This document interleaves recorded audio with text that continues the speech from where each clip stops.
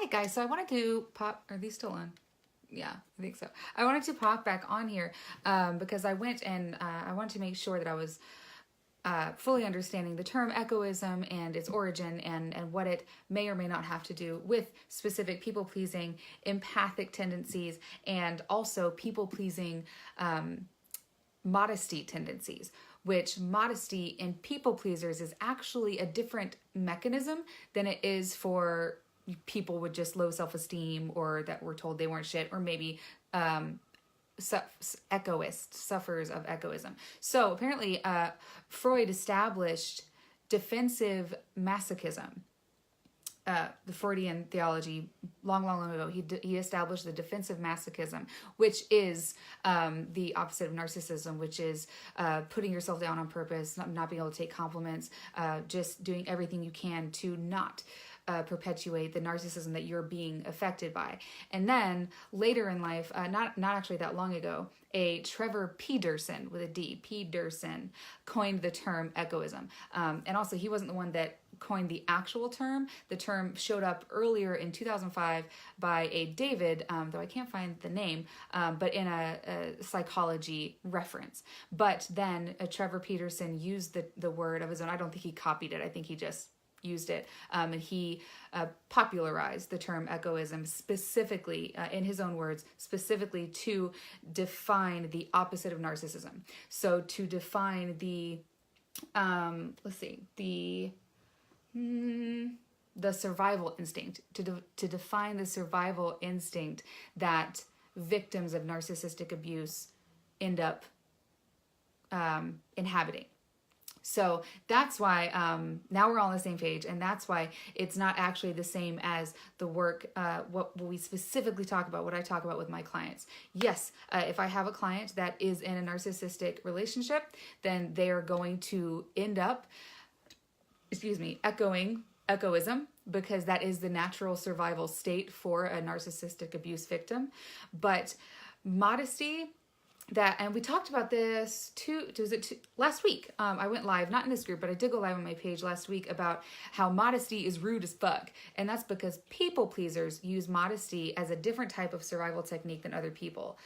People pleasers use it because they think that people are complimenting them because they're uncomfortable. And so the people pleaser tries to deflect it. It's not because the people pleaser is uncomfortable with the praise. It's because the people pleaser is so focused on whether or not that person is comfortable. So again, like if a girl who is heavier set than you says you have a rockin' body, and you go, oh, but I mean, like, you're beautiful.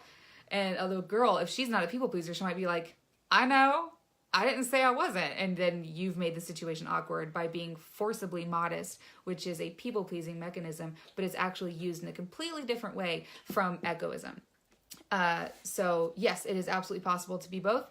And Lord knows that people that suffer different types of abuse are going to have so many layers to peel apart from that. And that's why it's so important. It's so important to not just feel good while these videos are on, to not just feel connected while you're watching these or when you see my motivational memes, but to actually dig in so that we can start working together and peeling back those layers. Because you could be Baskin fucking Robbins with shit. You know, there could be echoism. There could be false modesty, which is a people-pleasing survival technique. There could be so many things.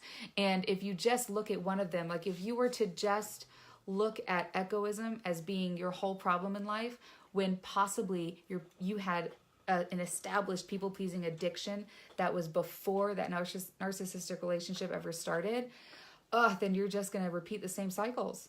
And you're going to be lost and not understand why. Because you'll be like, I thought I got over that shit. Why am I with another narcissistic asshole? It's like, oh, because you didn't actually treat the underlying addiction that allowed you to open up to that in the first place.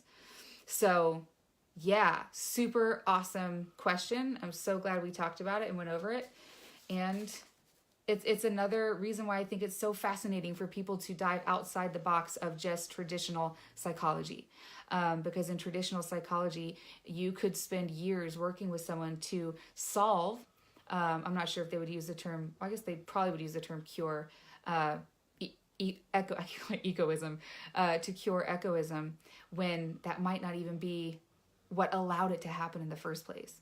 So really just finding what types of methodology speak to you, what types of people resonate with you, and trusting, above all else, trusting your instinct.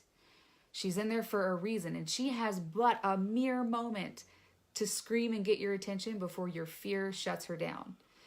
And every moment of your life is a moment that could change it. So take your intuition seriously. If you're resonating with something I've said, or you're connecting with something, a lesson that I've shared, reach out, okay? Don't be a commitment phobe. It's weird. Don't do that. I love you guys so much. Thank you so much for the awesome question and the discussion about echoism. And comment below, you guys, if y'all have had experience with narcissistic relationships. And let's dive into how you feel about false modesty, and whether you feel it is a symptom of echoism, or whether you feel it's a symptom of your people-pleasing empathy nature. Okay, awesome. Bye.